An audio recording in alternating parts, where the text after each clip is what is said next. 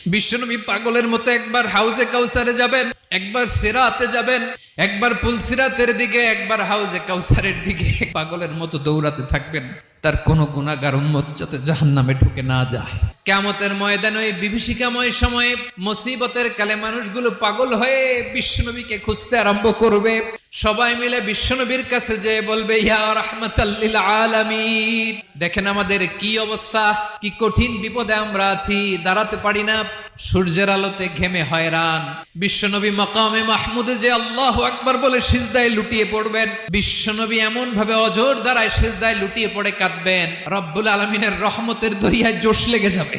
রব্বুল আলামিন এই দৃশ্য থেকে সহ্য করতে পারবেন না। রব্বুল আলামিন বলবেন, ইয়া মুহাম্মদ ইরফা রাসাক, ও নবী আপনি মাথা তোলেন, আপনার কান্না আমি সহ্য করতে পারি না, আজকে আপনি যা চাবেন তাই দেব।